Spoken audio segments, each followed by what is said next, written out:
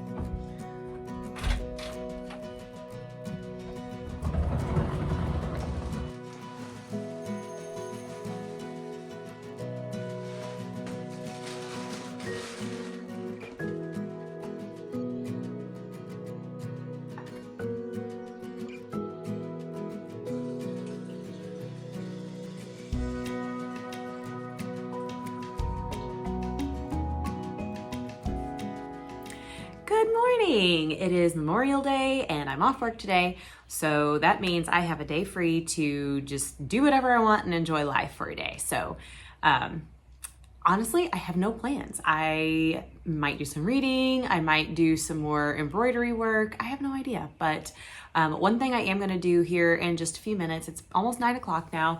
I'm going to run out to the garden now that it is all in the sun, and I'm going to spray copper fungicide on everything because it was definitely washed off yesterday. We got 5.5 inches of rain in one day.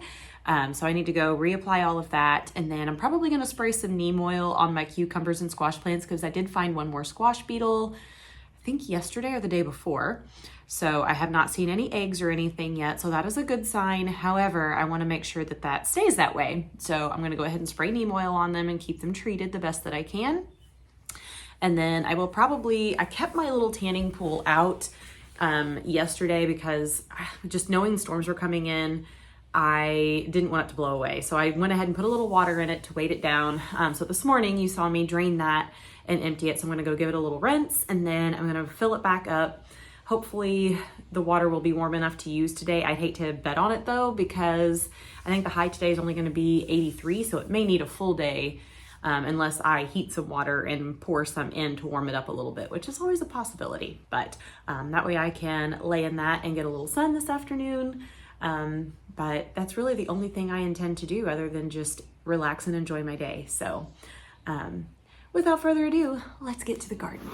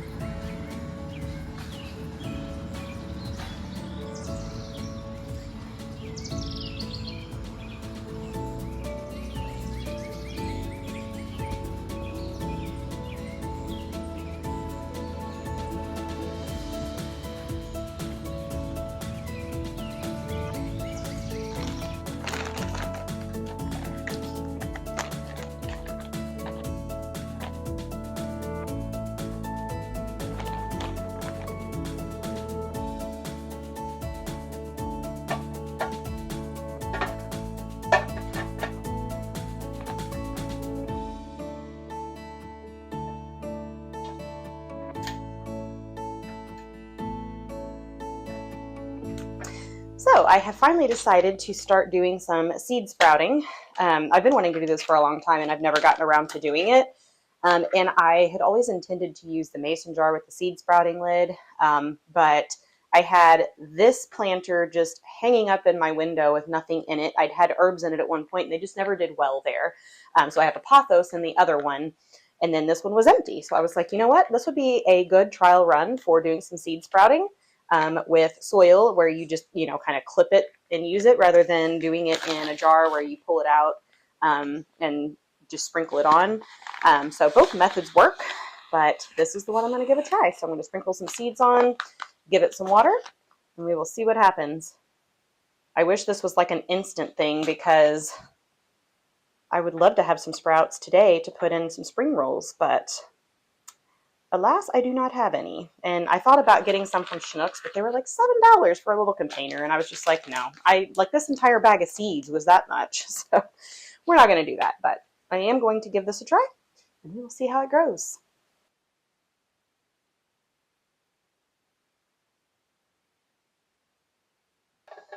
And I'll hang it back in the window.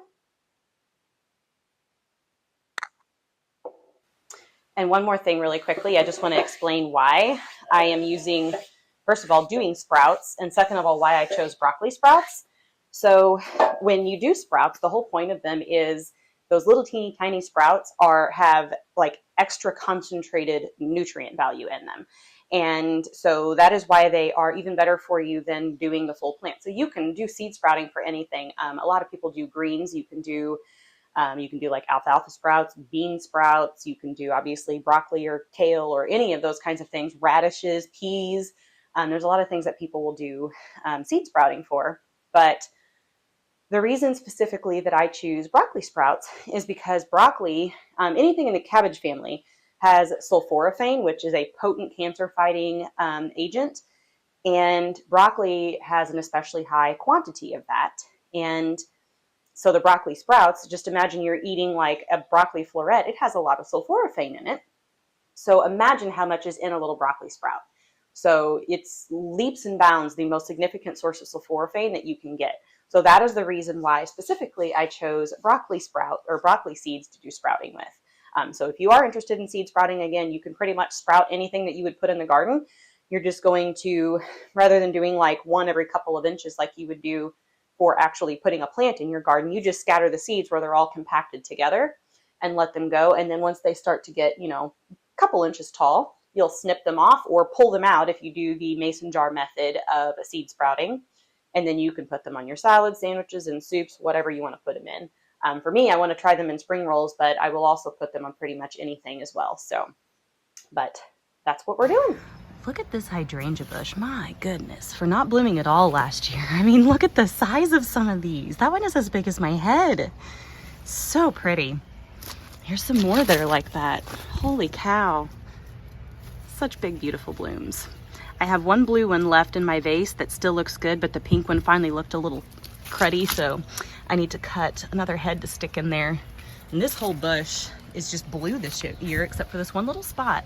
And it's so weird because every single other year I've had this thing here, they've all been like this, like a mixture of pink and purple with just a couple of blue ones in the very back. And this year, these things are like blue. They're like indigo blue almost. Oh, look, there's another little pink and purple one. That might be a good one to cut for the vase. But I also have, this is a much newer hydrangea bush. This is going to be, I believe it's third season, but it's second full season because I put it out in the fall. But yeah, it's kind of doing the same thing. It has mostly pink, but then it has a couple, like this one is blue with also some purple on it. Now this one is way too big for that little single bud vase, but it would be a really pretty one for a cut vase too. It almost pains me. I like cut flowers in the house, but it almost pains me to cut them off the bush because as soon as you do, they're gonna die. But the thing about these hydrangeas is that they're going to wilt away anyhow. So every single one of these, it'll bloom for a couple of weeks, but eventually it's gonna kind of wither away and then there will be new ones that come out on it. So it's a never-ending cycle on these, which is nice, but that looks like a good contender for the small bud vase. And so does this. So I think we'll give one of these a snip.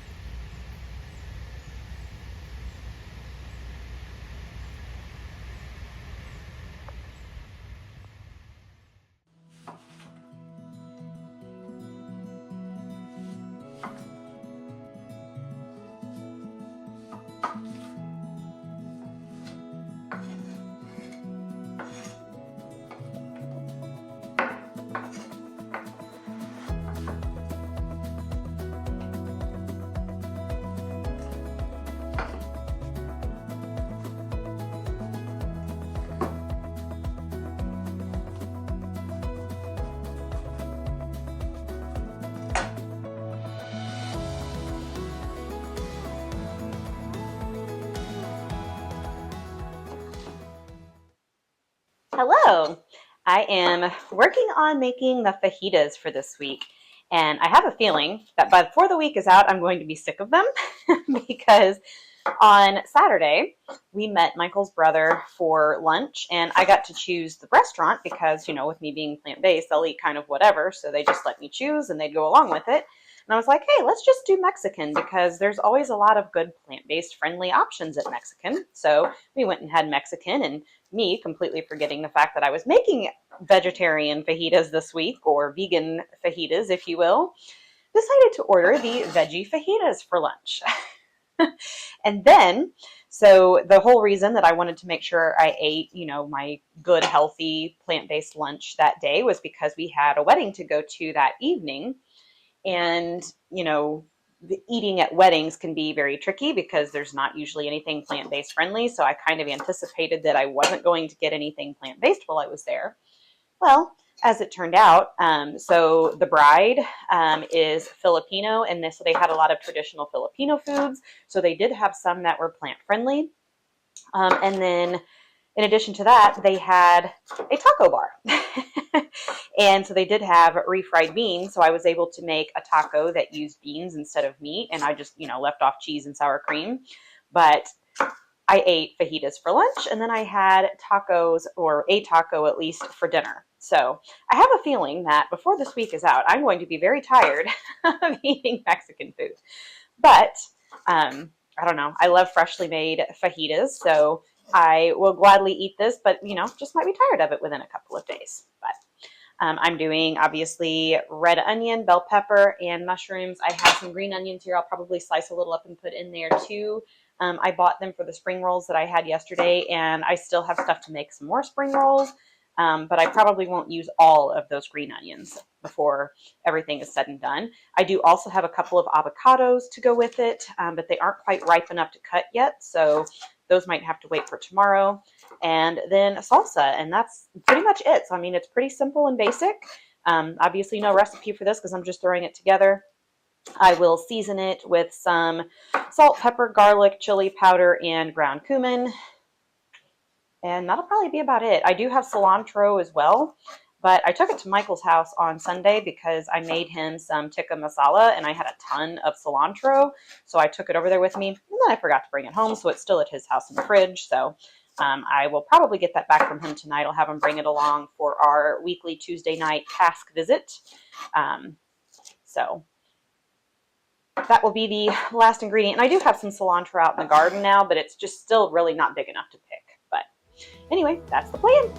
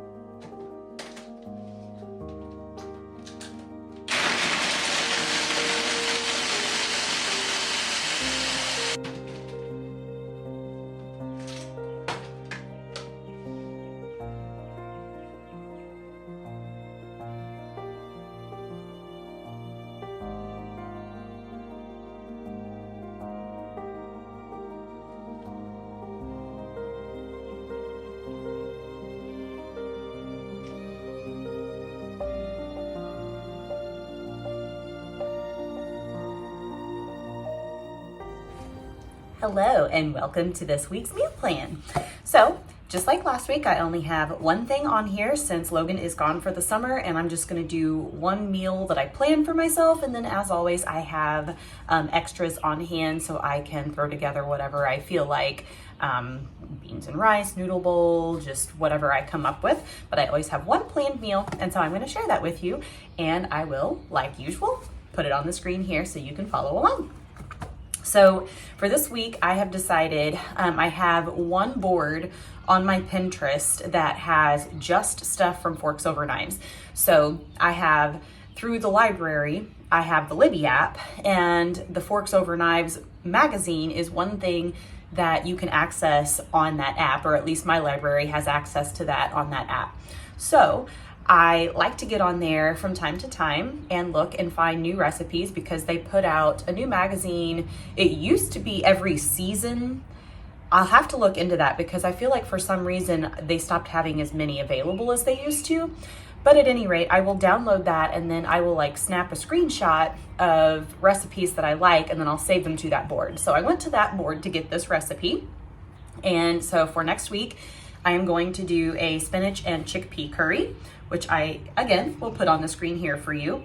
And so a lot of the things that I need for this, I already have. I'm not gonna use shallots just because they are small and a lot more difficult to cut up and peel. I'd rather just use onion and dice it small. It is a little bit of a different flavor profile, but for me, it's not enough to make that much of a difference. I do need cherry tomatoes, and that is, well, cherry tomatoes and spinach. So those are the only things that I will actually have to buy in order to make this. Everything else I have here, which was one of the reasons why this recipe appealed to me. But as usual, I do have all of the ingredients needed on the shopping list here. So if you would like to hop over to my blog, where this will be live once you are seeing this, you can download both this meal plan as well as, since it's a recipe that I just took a screenshot of, so it's in like photograph form, I will also include that on the blog in a downloadable PDF form so that you can save that if you'd like. So that is the plan for next week. Pretty short, simple, and to the point. So all of this, I will do my brown rice in my Instant Pot, and then the rest of it's just gonna go into a pot on the stove. More than likely, I will use my Dutch oven. It is my favorite to use. And all of this will just go in and cook it down, and that's all there is to it. So it's gonna be a pretty quick and easy one to make as well. So if you wanna make this with me, be sure to check back here next week and we can make it together.